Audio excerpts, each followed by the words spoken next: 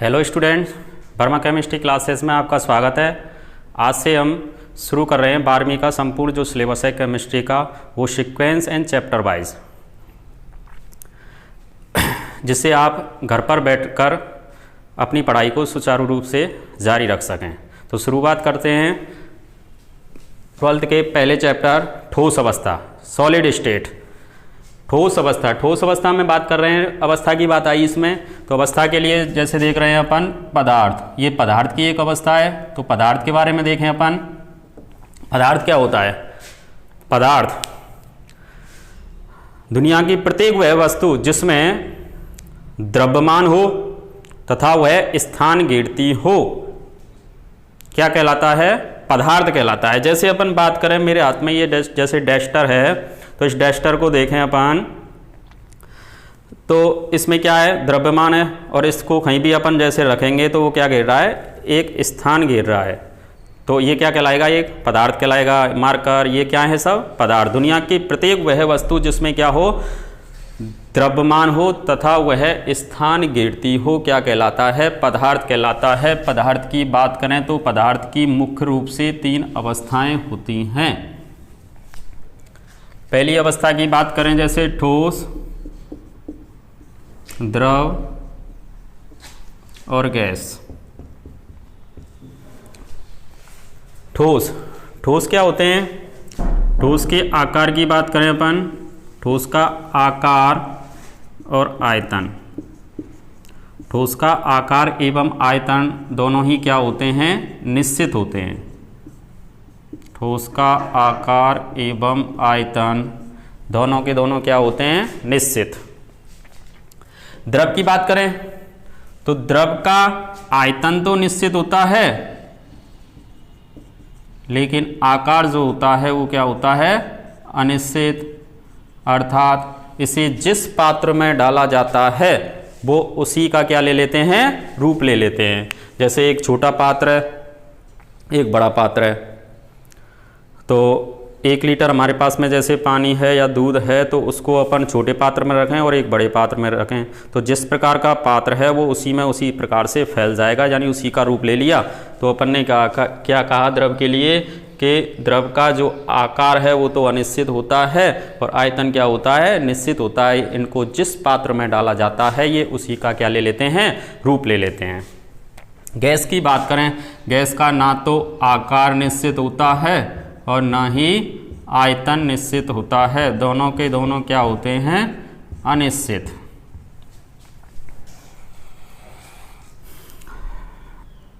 अवयवी कणों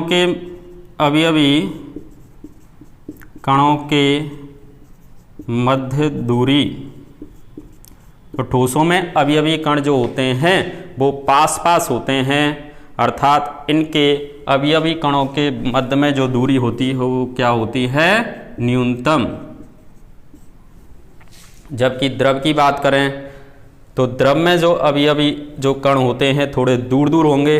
ठोसों में जो अवयवी कण कह रहे थे अपन पास पास होते हैं ऐसे,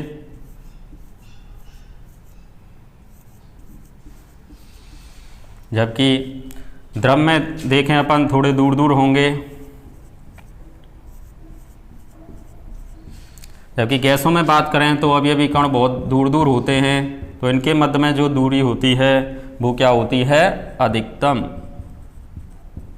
और इसमें क्या होती है? मध्य की।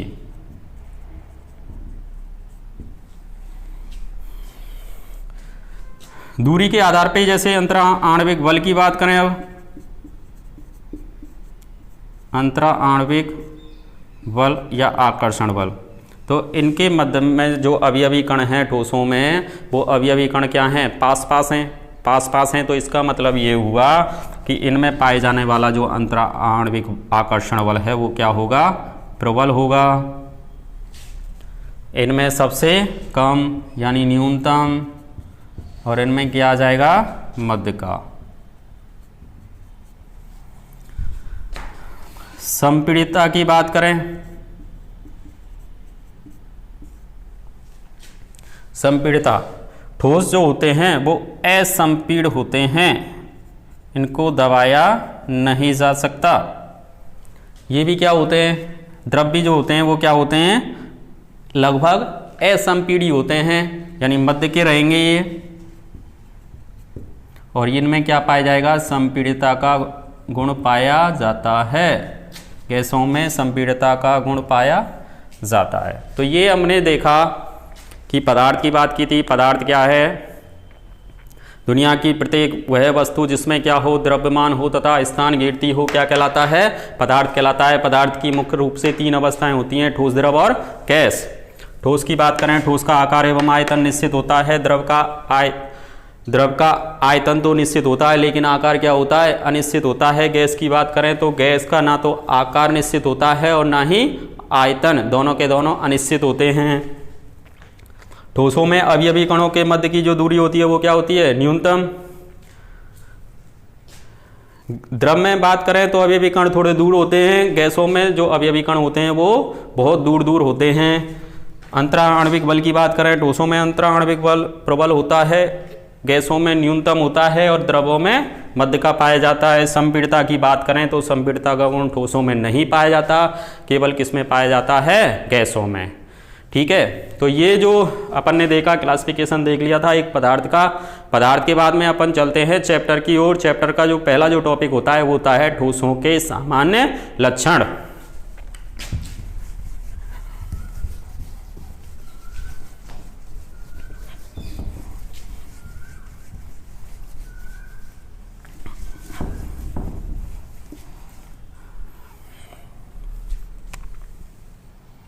पहला जो चैप्टर का जो टॉपिक होता है वो होता है ठोसों के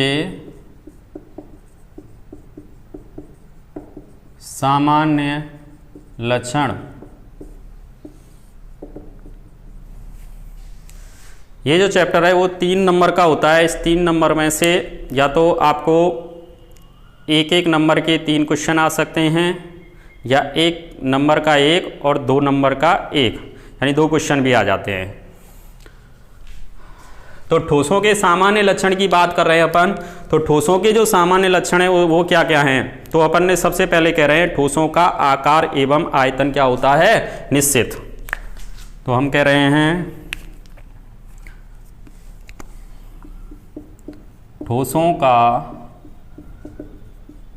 आकार एवं आयतन दोनों के दोनों क्या होते हैं, निश्चित होते हैं।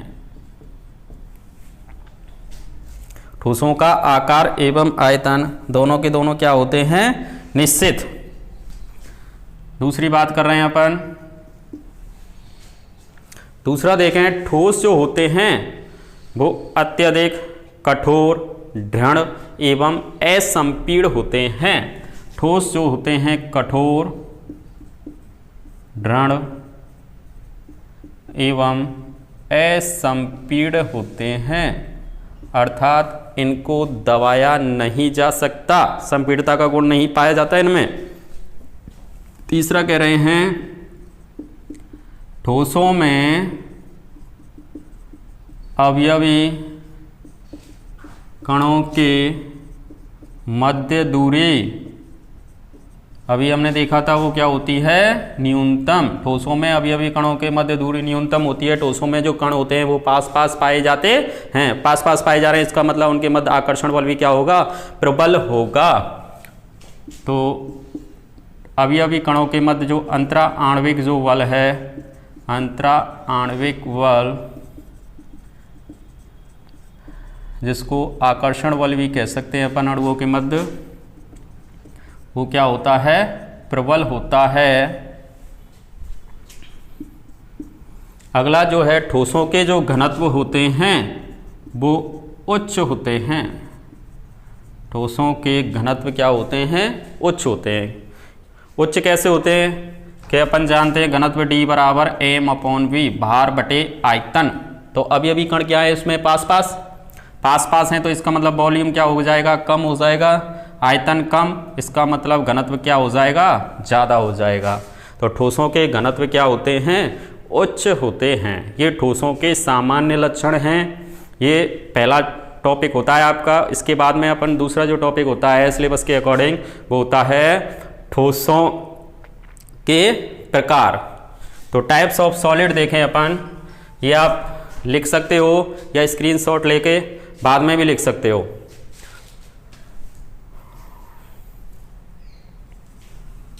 ठीक है, ये देखो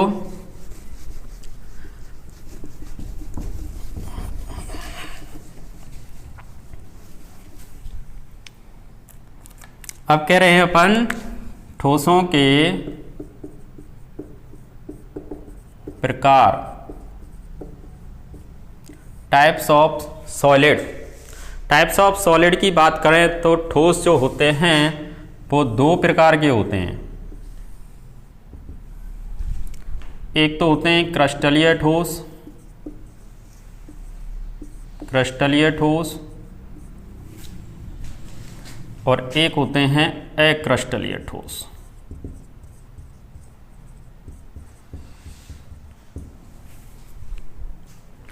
क्रिस्टलीय ठोस का मतलब क्या है? ऐसे ठोस जिनमें अवयवी जो कण हैं वो एक निश्चित ज्यामिति में व्यवस्थित रहते हैं। ठोस क्रिस्टलीय ठोस में अवयवी जो कण होते हैं, यानी इनकी ज्यामिति की बात करें, क्रिस्टलीय ठोस में अवयवी कण एक निश्चित ज्यामिति में व्यवस्थित होते हैं। तो इनकी जो ज्यामिति होती है, ज्यामिति की बात करें अपन, तो इनकी ज्यामिति क्या होती है? निश्चित।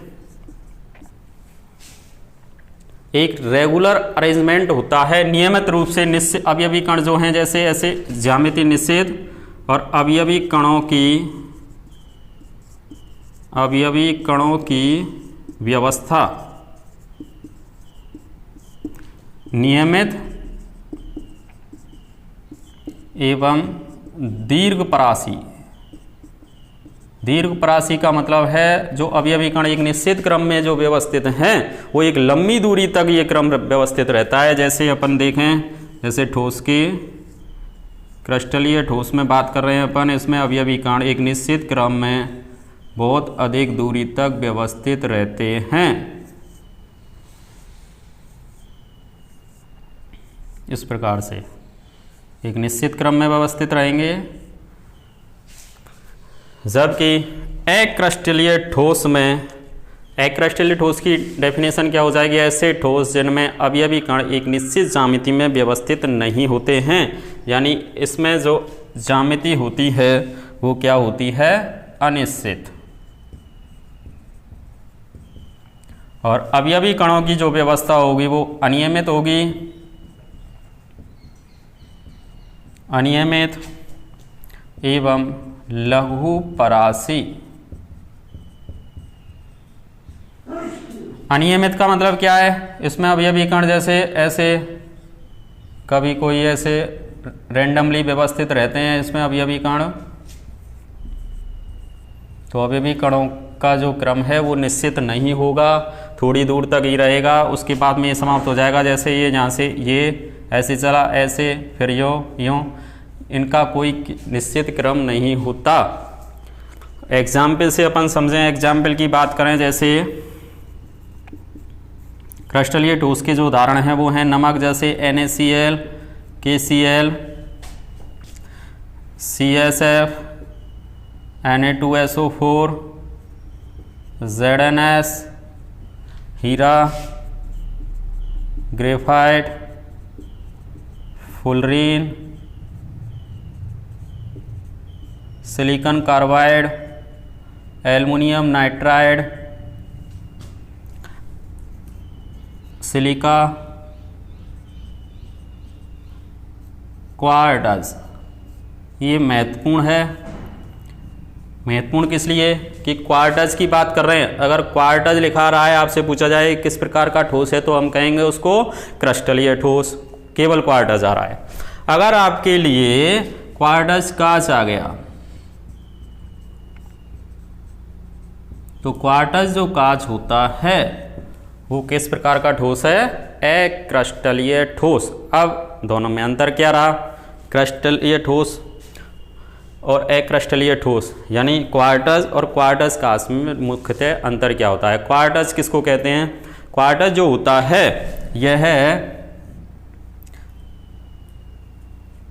क्वार्टर्स में SiO4 की जो यूनिट्स होती हैं, SiO4 की जो इकाइयाँ होती हैं, वो एक निश्चित क्रम में व्यवस्थित होती हैं। इसलिए क्वार्टर्स को तो अपन कहते हैं क्रिस्टलीय ठोस।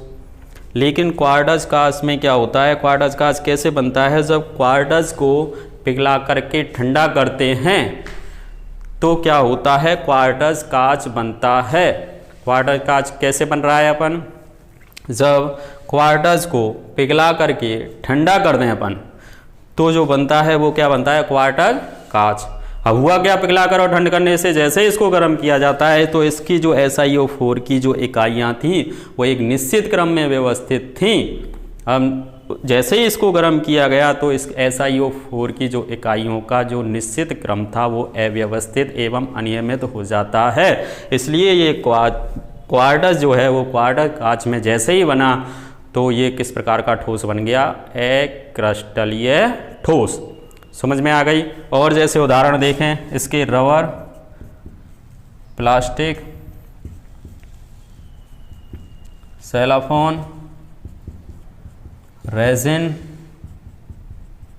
PVC, टेफ्लॉन, ये सभी जो उदाहरण हैं वो किसके हैं? अक्रिस्टलीय ठोस के।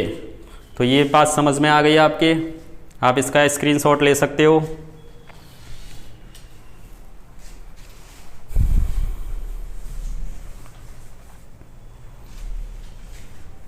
ठीक है। इसके बाद में और इसके अंतर देखें अपन। अब यहां से जैसे क्वेश्चन भी देख सकते थे अपन। क्वेश्चन क्या था, किन परिस्थितियों में क्वार्टर्स को क्वार्टर्स कांच में परिवर्तित किया जा सकता है? तो इसका आंसर क्या लिखते हैं अपन? क्वार्टर्स जो है एक क्रिस्टलीय ठोस है जिसमें अवयवी कण एक निश्चित क्रम में व्यवस्थित होते हैं। इसमें SiO4 की जो इकाइयाँ हैं वो चतुष्फलकीय रूप में एक निश्चित क्रम में व्यवस्थित होती हैं। जैसे ही इस क्वार्टर्स को गर्म कर पिघलाया जाता है और उसके बाद इसे ठंडा किया जाता है तो SiO4 की जो इकाइयाँ हैं उनका जो निश्चित क्रम है वो अव्यवस्थित हो जाता है और यह क्वार्टर्स कांच में बदल जाता है। समझ में आ गई?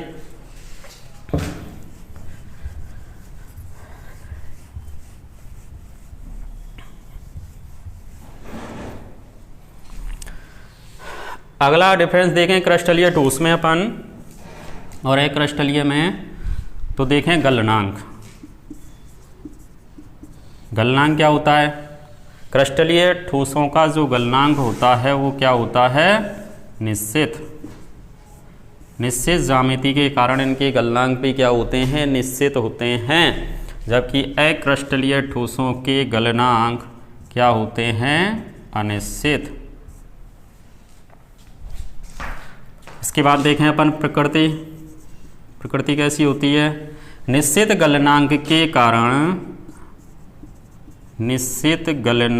के कारण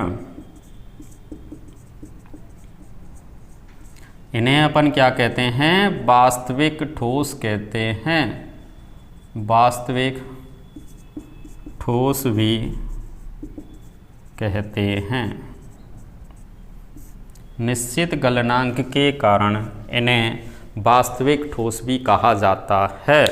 जबकि अनिश्चित गलनांक के कारण इन्हें आभासी ठोस या अतिशीतित द्रव कहा जाता है। अब एक शब्द आया अतिशीतित द्रव। अतिशीतित द्रव का क्या मतलब है? ये क्वेश्चन भी आया हुआ है बोर्ड में कि कांच को अतिशीतित द्रव कहा जाता है। क्यों कहा जाता है? क्यों कहते हैं अपन कांच को अतिशीतित द्रव? क्योंकि कांच एक अक्रिस्टलीय ठोस है जिसमें अवयवी कणों का जो क्रम होता है वो क्या होता है? अनियमित होता है तथा उसमें द्रवों के समान बहने का गुण पाया गया। कांच में क्या पाया जाता है? द्रवों के समान बहने का गुण एवं अनियमितता के कारण ही कांच को क्या कहा जाता है, अतिशीतित द्रव। और इसका जो प्रमाण मिला है वो पुरानी खिड़कियों में लगे कांच से है, जिसके नीचे की भाग की जो मोटाई होती है वो कुछ क्या होती है, अधिक होती है। आपने देखा होगा कि पुराने जो महल वगैरह हैं उनमें जो शीशे लगे हुए हैं खिड़कियों में, उनका जो नीचे का जो पार्ट्स है वो फूल जाता है। तो उससे वैज्ञानिकों ने अनुमान लगाया कि कांच क्या है, ऊपर से बहता हुआ है और नीचे आके इकट्ठा हो गया। तो कांच में क्या पाए जाते हैं, बहने का गुण पाया जाता है, इसलिए इस कांच को अतिशीतित द्रव कहा जाए। अतिशीतित इसलिए लगाया गया है क्योंकि बहुत जो ये प्रोसेस होते हैं बहुत धीमी होती है, इसलिए अतिशीतित द्रव कहते हैं। तो कांच को अतिशीतित द्रव कहा जाता है। क्यों कहा जाता है, क्योंकि कांच एक अक्रिस्टलीय ठोस है जिसमें अवयवी कण अनियमित रूप से व्यवस्थित होते हैं तथा इसमें द्रवों के समान बहने का गुण पाया जाता है। अर्थात अनियमितता एवं द्रवों के समान बहने के गुण के कारण ही कांच को अतिशीतित द्रव कहा जाता है। और इसका प्रमाण पुरानी खिड़कियों में लगे कांच से है, जिसके नीचे के भाग की मोटाई कुछ क्या होती है, अधिक पाई जाती है। ये क्वेश्चन हो गया। अगला,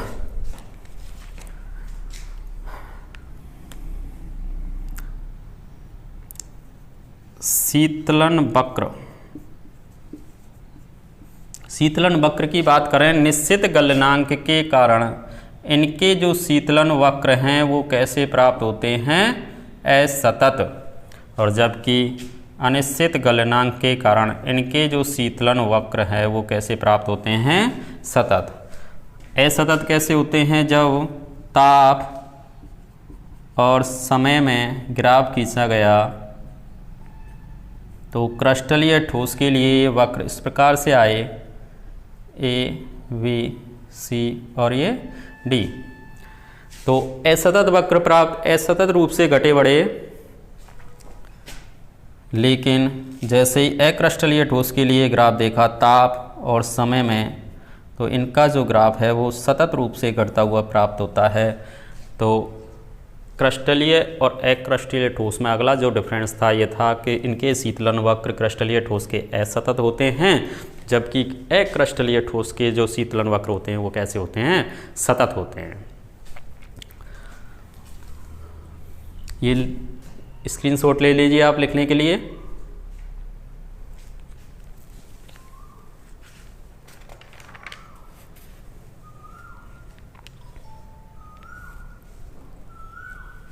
चलो,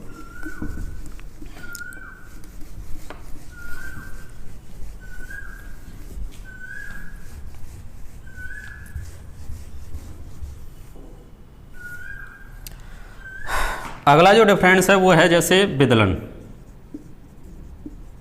विदलन क्या होता है,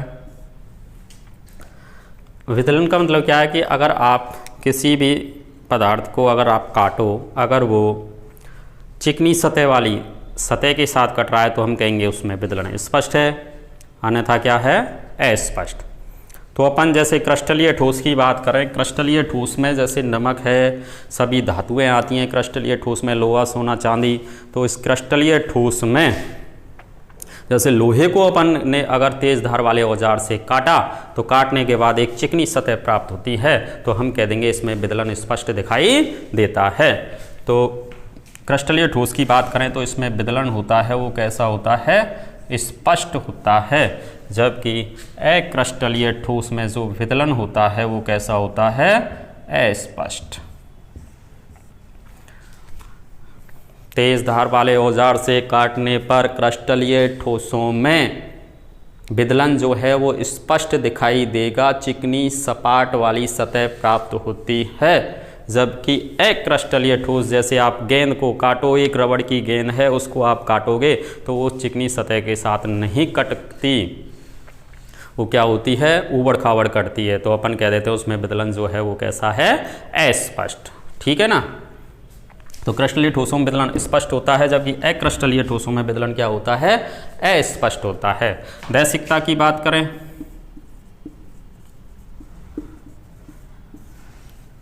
दैशिकता, क्रिस्टलीय जो ठोस है वो विषम दैशिकता का गुण दर्शाते हैं। विषम दैशिकता ये महत्वपूर्ण बात है। और जबकि अक्रस्टलीय जो ठोस हैं,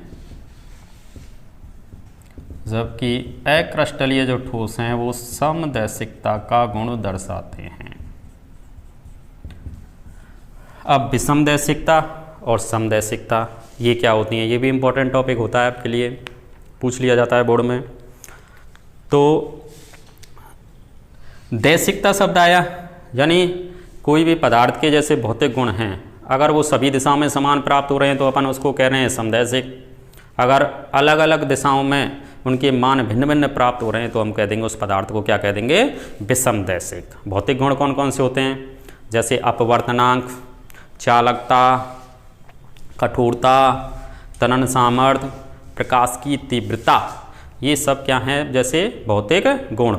अगर किसी पदार्थ के लिए इनके जो मान है वो सभी दिशाओं में एक जैसे प्राप्त हो रहे हैं तो हम इनको क्या कह देंगे, समदैशिक। अगर भिन्न भिन्न प्राप्त हो रहे हैं सभी दिशाओं में तो हम इसको कह देंगे विषमदैशिक पदार्थ।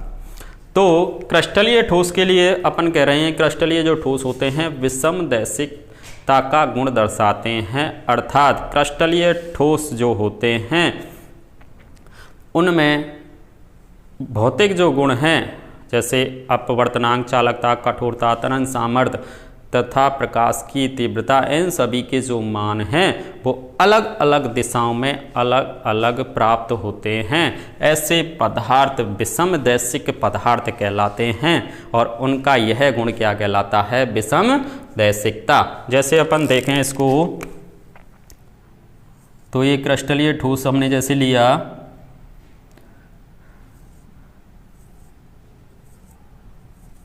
एक क्रिस्टलीय ठोस में अभी अभी कण है, एक निश्चित क्रम में व्यवस्थित हैं। एक प्रकार का ये ले लिया हमने, एक दूसरे प्रकार का ये लिया, जैसे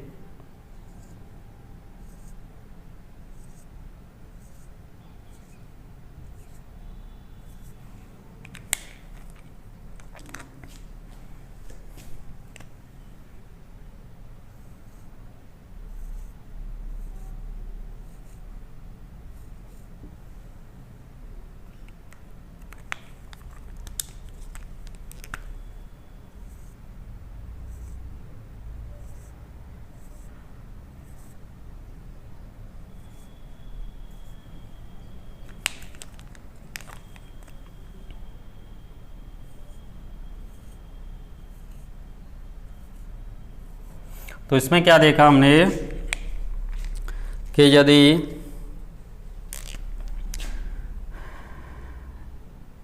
ये वाले कण की बात की हमने, यहाँ से अगर हमने इस दिशा में देखा, प्रकाश की तीव्रता देखी, तो इसके मान जो है इसमें जो A और ये B, A और B से बात करें, A से कोई ये प्रकाश की किरण B से होकर निकली तो ये जो है इसकी जो तीव्रता है वो अभी अभी जो कण आ रहे हैं वो एक ही प्रकार के आ रहे हैं एक दिशा में, लेकिन जैसे ही हमने इसकी दिशा बदल दी तो देखिए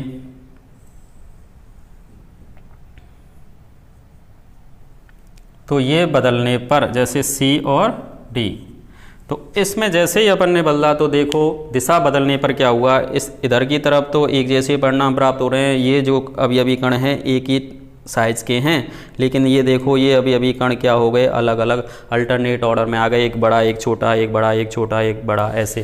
तो इससे जो प्राप्त है प्रकाश की तीव्रता वो अलग अलग प्राप्त होगी।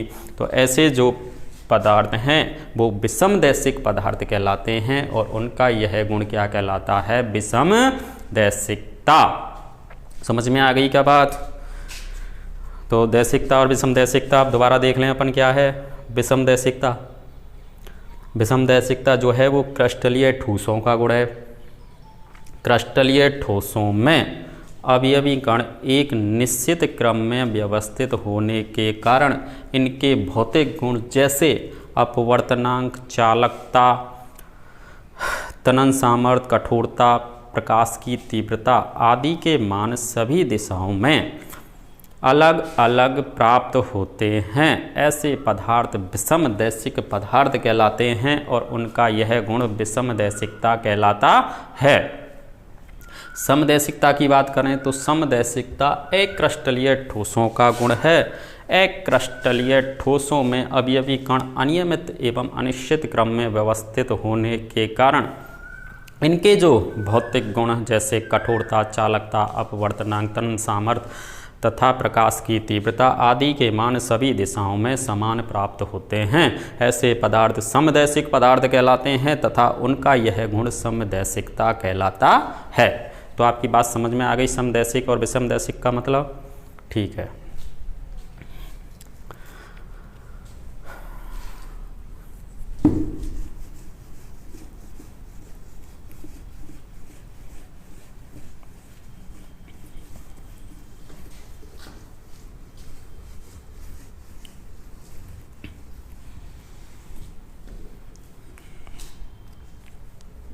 इसके बाद जो अगला टॉपिक आता है क्रस्टलीय ठोसों के प्रकार। क्रस्टलीय ठोसों के प्रकार। क्रस्टलीय ठोस की बात करें तो क्रस्टलीय ठोस जो होते हैं वो 4 प्रकार के होते हैं। बंध की प्रकृति के आधार पर क्रस्टलीय ठोसों को 4 भागों में बांटा गया है। 4 भाग कौन कौन से हैं? देखो, बंध की प्रकृति के आधार पर पहला कह रहे हैं अपन आयनिक ठोस, दूसरा सहज संयोजक ठोस,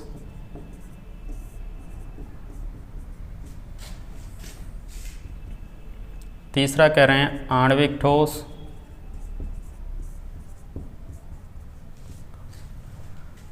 और चौथा है धात्विक ठोस।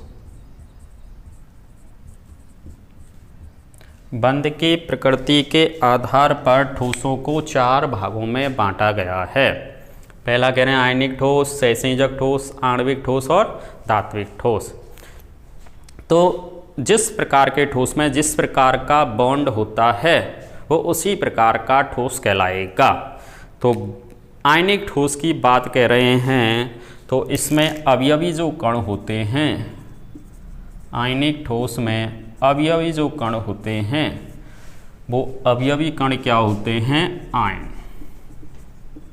क्यों होते हैं?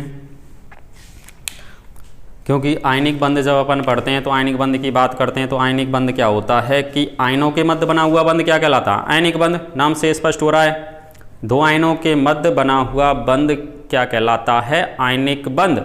अब आयन 2 प्रकार के होते हैं, एक धनायन और ऋणायन। अपन इसको शुद्ध रूप में ऐसे बोल देते हैं, धनायन एवं ऋणायन के मध्य प्रबल स्थिर वैद्युत आकर्षण जो बल है उसी का नाम क्या कहलाता है? आयनिक बंध। धनायन एवं ऋणायन के मध्य पाए जाने वाला प्रबल स्थिर वैद्युत आकर्षण जो बल है उसका नाम ही क्या होता है? आयनिक बंध। तो हमने कहा अवयवी कण क्या होते हैं इसमें? आयन। अब आयन 2 प्रकार के होते हैं, इसका मतलब क्या हुआ कि अवयवी कण कौन कौन से हो जाएंगे? धनायन एवं ऋणायन। धनायन एवं ऋणायन। सहसंयोजक ठोस की बात करें तो सहसंयोजक बंध कैसे बनता है? 2 परमाणुओं के मध्य इलेक्ट्रॉन के साझे से बना बंध क्या कहलाता है? सहज संयोजक बंध। 2 परमाणुओं के मध्य इलेक्ट्रॉन के साझे से बना बंध क्या कहलाता है? सहसंयोजक बंध। तो सहसंयोजक बंध में यानी परमाणु काम आ रहे हैं, तो इसका मतलब ये हुआ इसमें अवयवी कण क्या होते हैं? परमाणु। अवयवी कण क्या है इसमें? परमाणु। आणविक ठोस में अवयवी कण क्या होते हैं? अणु। और धात्विक ठोस में अवयवी कण क्या होते हैं? धात्विक कण, या इसको बोल सकते हैं अपन धनायन जो होते हैं इलेक्ट्रॉन के समुद्र में फैले रहते हैं। इलेक्ट्रॉन के समुद्र में कौन फैले रहते हैं? धनायन। और इसका नाम क्या हो जाता है? कर्नेल। एक शब्द नया निकल के आया, कर्नेल किसे कहते हैं? जब धनायन इलेक्ट्रॉन के समुद्र में डूबा हुआ रहता है या फैला हुआ रहता है तो वो क्या कहलाता है? कर्नेल कहलाता है। और यह व्यवस्था किसमें पाई जाती है? धात्विक ठोसों में। ठीक है ना? तो अवयवी कण हो गए। अवयवी कण के बाद में देखें अपन अंतरा आणविक बल।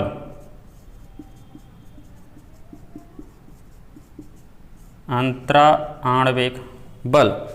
अंतरा आणविक बल की बात करें अपन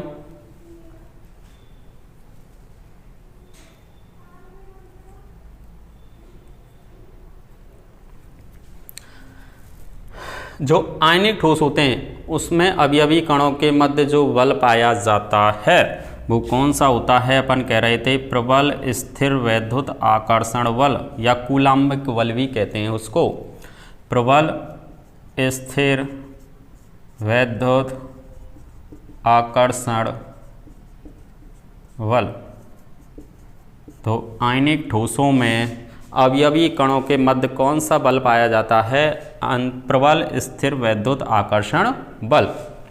जबकि संसेचक ठोस में बात करें तो अवयवी कणों के मध्य जो बल पाया जाएगा वो पाया जाएगा सहज संयोजक बल।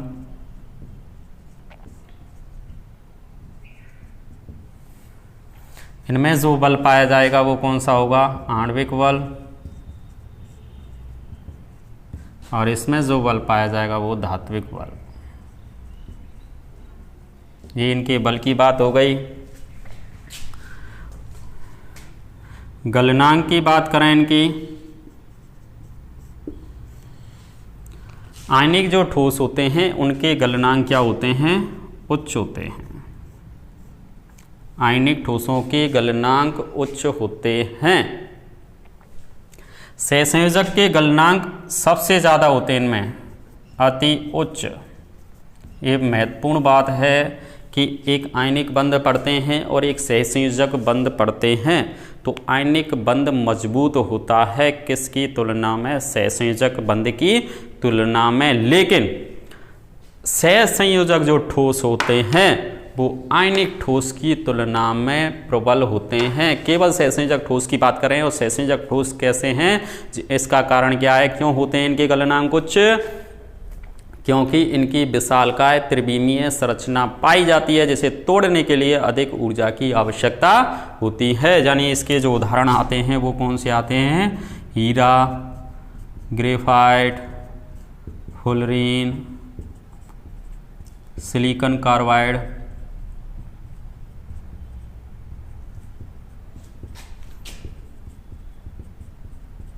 SiC, aluminium nitride, AlN, silica आदि। ये जो हैं वो सहसंयोजक ठोस के उदाहरण हैं। आयनिक ठोस के उदाहरण की बात करें NaCl, KCl, Na2SO4, ZnS आदि। तो ये आयनिक ठोस और ये सहसंयोजक ठोस। अपन ये कह रहे हैं कि आयनिक बंध मजबूत होता है किसकी तुलना में? सहसंयोजक बंध की तुलना में। इसका मतलब आयनिक यौगिकों के गलनांक उच्च होते हैं सहसंयोजक यौगिकों से। लेकिन सहसंयोजक जो ठोस होते हैं उनके गलनांक आयनिक ठोसों से क्या होते हैं? उच्च होते हैं। इसका कारण इनकी विशालकाय त्रिविमीय संरचना का होना है जिसे तोड़ने के लिए अधिक ऊर्जा की क्या होती है? आवश्यकता। समझ में आ गई बात? ठीक है। आणविक ठोस। आणविक ठोस को अपन क्लासिफाइड करेंगे अभी।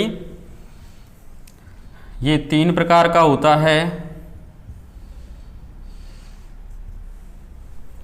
एक होता है अध्रुवीय आणविक ठोस और एक होता है ध्रुवीय आणविक ठोस और एक होता है हाइड्रोजन बंधित आणविक ठोस। तो 3 प्रकार के ठोस हो गए।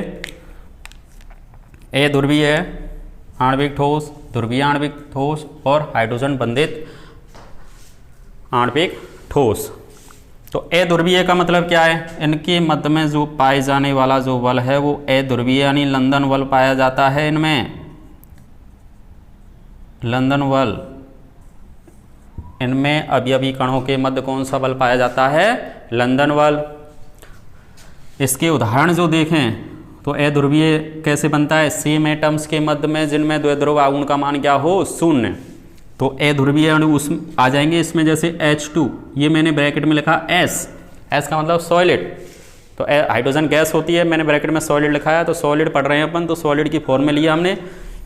ऐसे ही I2S, आर्गन S, ये इसमें उदाहरण आ जाएंगे। ध्रुवीय की बात करें अपन, ध्रुवीय आणविक ठोस में ध्रुवीय जो बनता है दो ध्रुवीय अणुओं, तो ध्रुवीय अणु कैसे बनेगा कि जब बंधित परमाणुओं की विद्युत दृढ़ता में क्या हो, अंतर पाया जाता है, तो बॉन्ड के इलेक्ट्रॉन को एक अधिक ऋण विद्युतीय परमाणु अपनी ओर आकर्षित कर लेता है, जिस पर एक पर आंशिक ऋणावेश और दूसरे पर आंशिक क्या जाता है, धनावेश। तो दो अलग अलग विद्युत ऋणी परमाणुओं के मध्य में बनेगा ध्रुवीय। तो इसके आधार पर इसमें जो उदाहरण आएंगे, अब द्विध्रुव है तो इसके मध्य जो आकर्षण बल आएगा वो द्विध्रुव आकर्षण पाया जाएगा। इनके मध्य में जो बल होता है द्विध्रुव आकर्षण बल पाया जाता है ध्रुवीय में। और इनके उदाहरण जैसे ध्रुवीय अणु के उदाहरण ले लिए हमने, जो पढ़ते हैं अपन, HCl सॉलिड फॉर्म में ले लिया, HCl के बाद SO2 सॉलिड, SO3 सॉलिड, ये इसके उदाहरण आ जाएंगे। ठीक है ना। अब हाइड्रोजन बंधित की बात करें तो हाइड्रोजन बंध जिनमें पाया जाएगा वो इसमें रख दिए, तो इनमें आकर्षण बल कौन सा होता है, हाइड्रोजन बंध, हाइड्रोजन बॉन्ड पाया जाएगा। अब हाइड्रोजन बॉन्ड कौन बनाते हैं, द्वितीय आवर्त के अधिक ऋण विद्युतीय तत्व NOF, द्वितीय आवर्त के अधिक ऋण विद्युतीय तत्व हाइड्रोजन के साथ में मिलकर के क्या बनाएंगे, हाइड्रोजन बॉन्ड। अब हाइड्रोजन बॉन्ड बनाएंगे तो ये कैसे बन जाएगा, NH3 H2O और HF, इनमें क्या पाया जाएगा, हाइड्रोजन बॉन्ड। तो हाइड्रोजन बॉन्ड के उदाहरण हमने यहाँ पे उठा के रख दिए, ये NH3 सॉलिड फॉर्म में, HF सॉलिड फॉर्म में, H2O सॉलिड फॉर्म में। तो ये इसके उदाहरण हो गए, समझ में आ गई ना। धात्विक बल पाया जाता है इनमें, धात्विक ठोस में, और इसके जो गलनांक होते हैं ये भी क्या होते हैं, धात्विक ठोसों के जो गलनांक हैं वो क्या होंगे, निम्न, कम पाए जाएंगे, बहुत ही कम होते हैं, धात्विक ठोसों के गलनांक बहुत कम पाए जाते हैं। धात्विक जो ठोस होते हैं उनकी मुख्य खासियत क्या होती है कि इनमें आघात वर्धनीयता तथा तन्यता का गुण पाया जाता है। आघात वर्धनीयता, तन्यता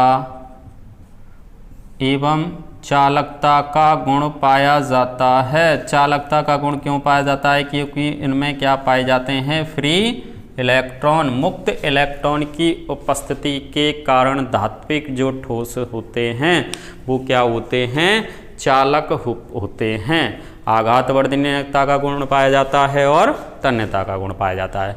इसके अलावा आयनिक ठोस की जो बात कर रहे हैं अपन, आयनिक ठोस में चालकता की बात करें तो आयनिक ठोस, जो एक क्वेश्चन बनता है कि आयनिक ठोस जो होते हैं विद्युत के क्या होते हैं, कुछ चालक ठोस अवस्था में, लेकिन इनके गलित जो रूप है वो विद्युत धारा का क्या नहीं करते, चालन।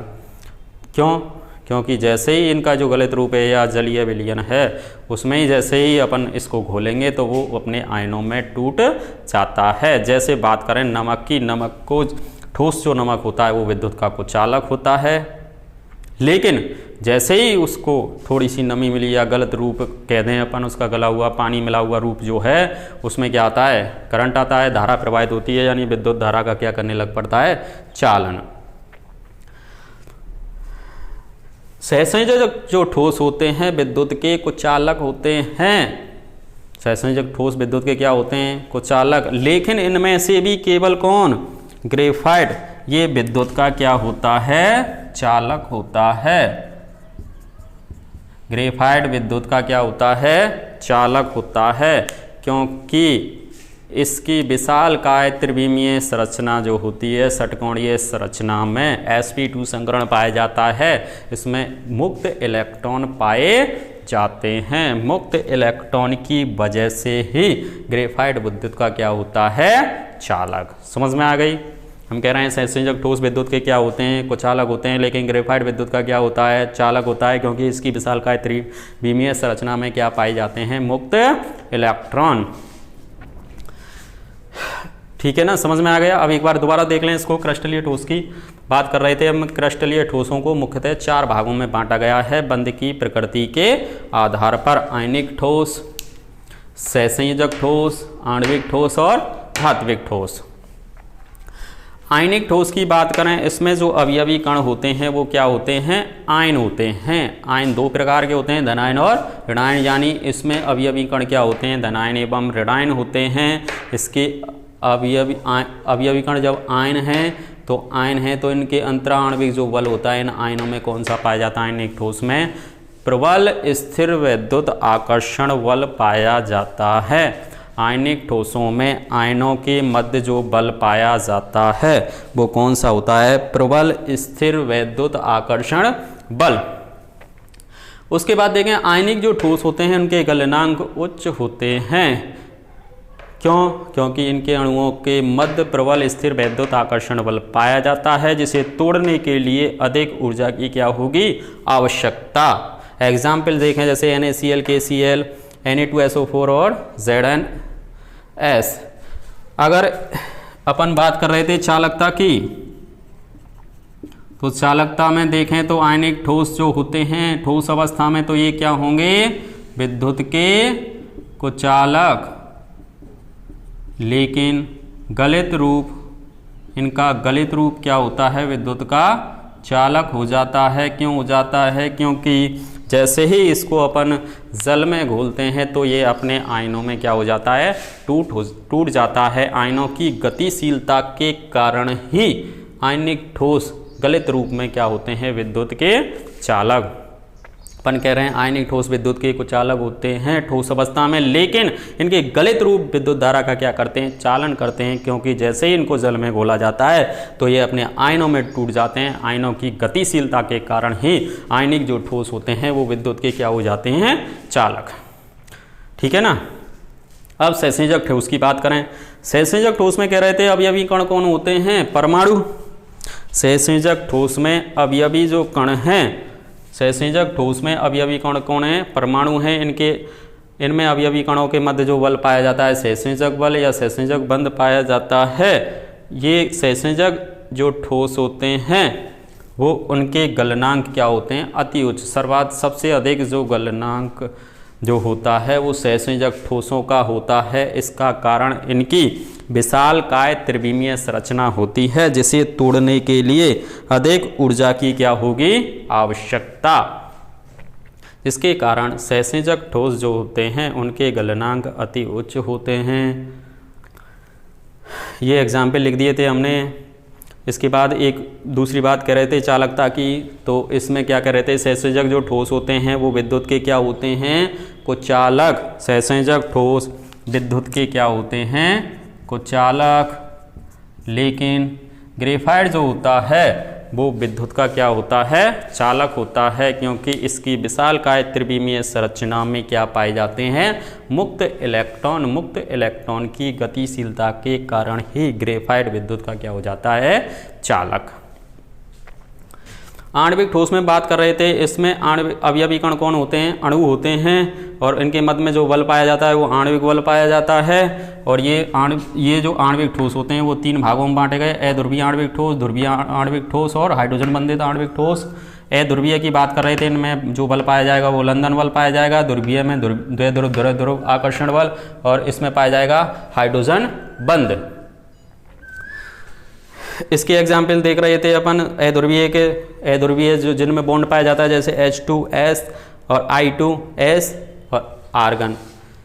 हाइड्रोजन द्विध्रुवीय के देखें अपन एग्जाम्पल, तो ध्रुवीय अणु ले लिया हमने, जैसे HCl, SO2 और SO3। हाइड्रोजन बंधित में हाइड्रोजन बॉन्ड जिनमें पाया जाता है NH3, H2O और HF। और धात्विक ठोस की बात करें तो धात्विक ठोस में एक शब्द आता है कर्नेल। कर्नेल किसे कहते हैं कि जब धनायन कोई भी है वो इलेक्ट्रॉनों के समुद्र में फैला हुआ रहता है तो उसे अपन क्या कहते हैं, कर्नेल कहते हैं। धात्विक कण होते हैं अवयवी कण। इसमें धात्विक बल की बात करें तो बल धात्विक बल पाया जाता है। इनके गलनांक निम्न होते हैं, आघात वर्तनीयता और तन्यता का गुण दर्शाते हैं। ये विद्युत के क्या होते हैं, चालक होते हैं, क्योंकि इनमें क्या पाए जाते हैं, सभी धातुओं में मुक्त इलेक्ट्रॉन पाए जाते हैं। एग्जाम्पल इसमें सभी धातुएं आ जाएंगी, जैसे सोना चांदी लोहा सभी धातुएं इसके एग्जाम्पल हैं। एग्जाम्पल जैसे Cu, Ag, Au, Al, Fe, Zn सभी धातुएं इसमें एग्जाम्पल के तौर पर आ जाएंगे जिनमें मुक्त इलेक्ट्रॉन पाए जाते हैं। तो ये समझ में आ गया, आप स्क्रीनशॉट ले सकते हो इसका।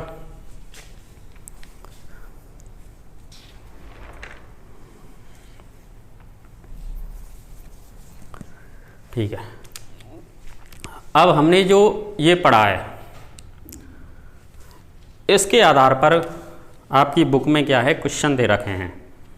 इनके आधार पे जो भी क्वेश्चन है हम उनको साथ के साथ कराते चलेंगे। आपके जो यार वो पार्ट निहित क्वेश्चन हो चाहे पार्ट के अंत में दिए हुए हों, तो इनमें से जो क्वेश्चन बनते हैं वो अपन ले रहे हैं एक एक साथ। सबसे पहला जो क्वेश्चन बनता है वो बनता है कि आयनिक जो ठोस होते हैं वो कठोर होते हैं क्यों। आयनिक ठोस कठोर होते हैं क्यों?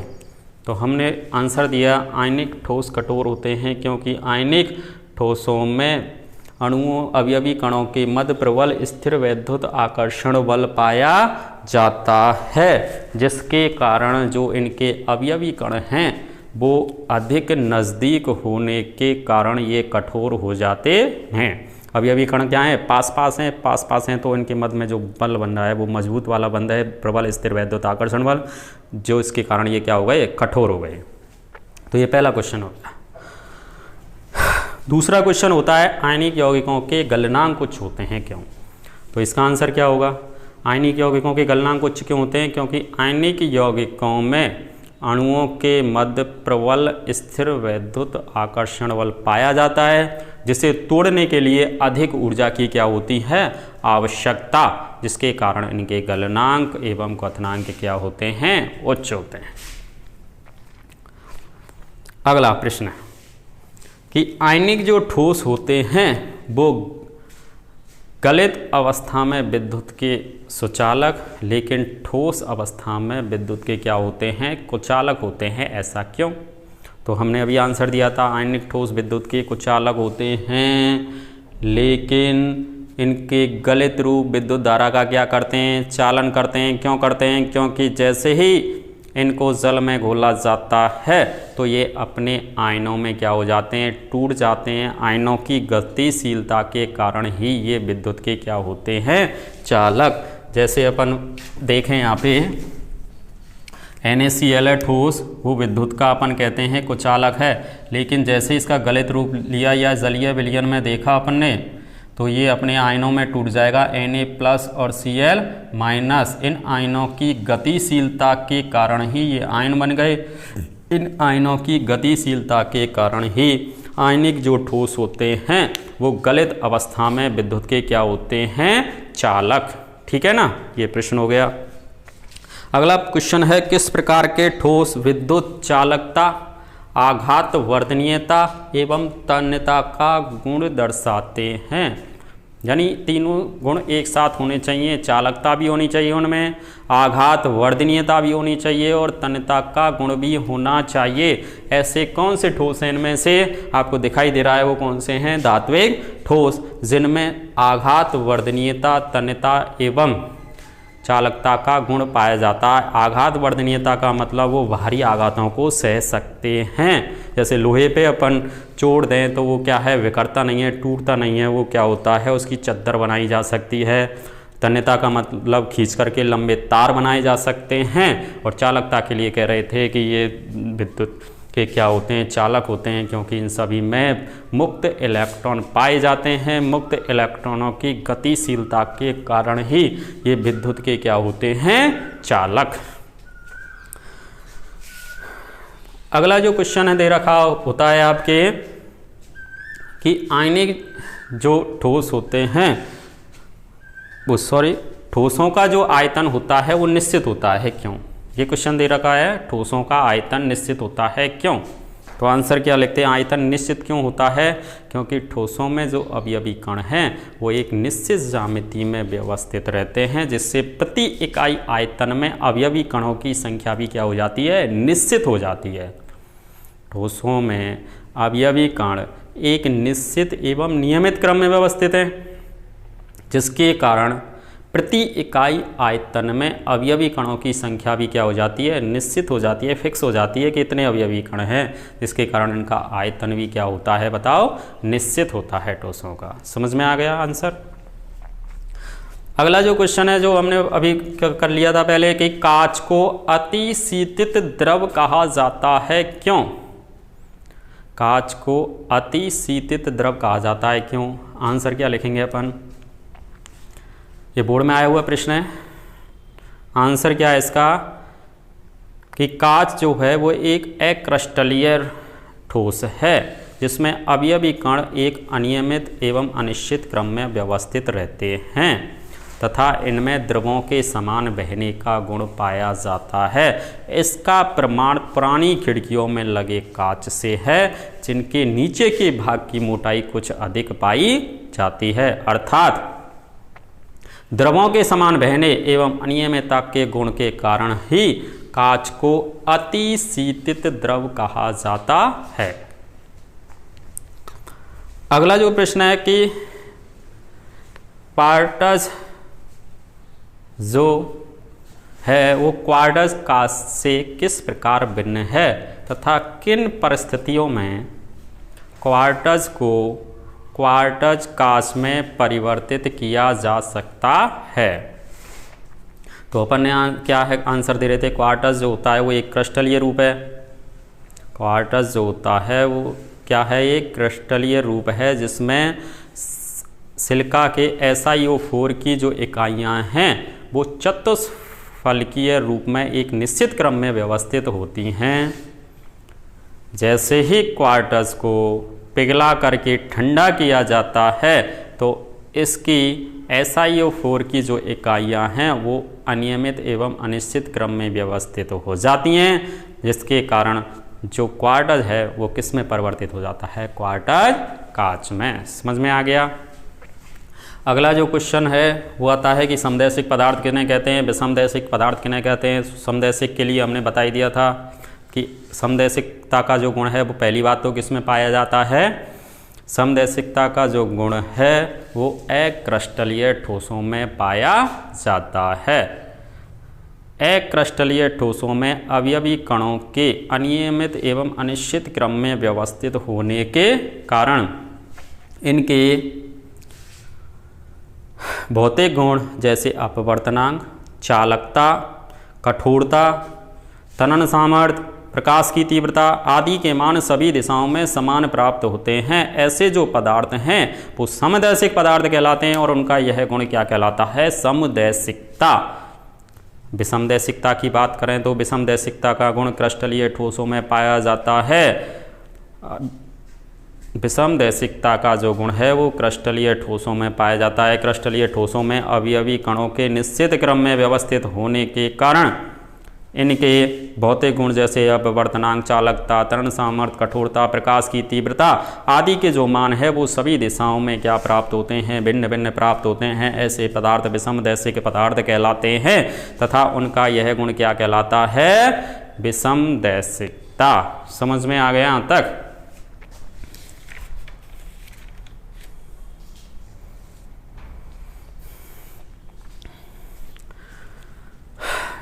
धन्यवाद। आपको ये वीडियो कैसा लगा इसके बारे में आप कमेंट्स लिखें, जिससे क्या है आगे के जो वीडियो हैं वो और भी इम्प्रूव करके बनाए जा सकें। शेयर एंड सब्सक्राइब करना भी ना भूलें। धन्यवाद।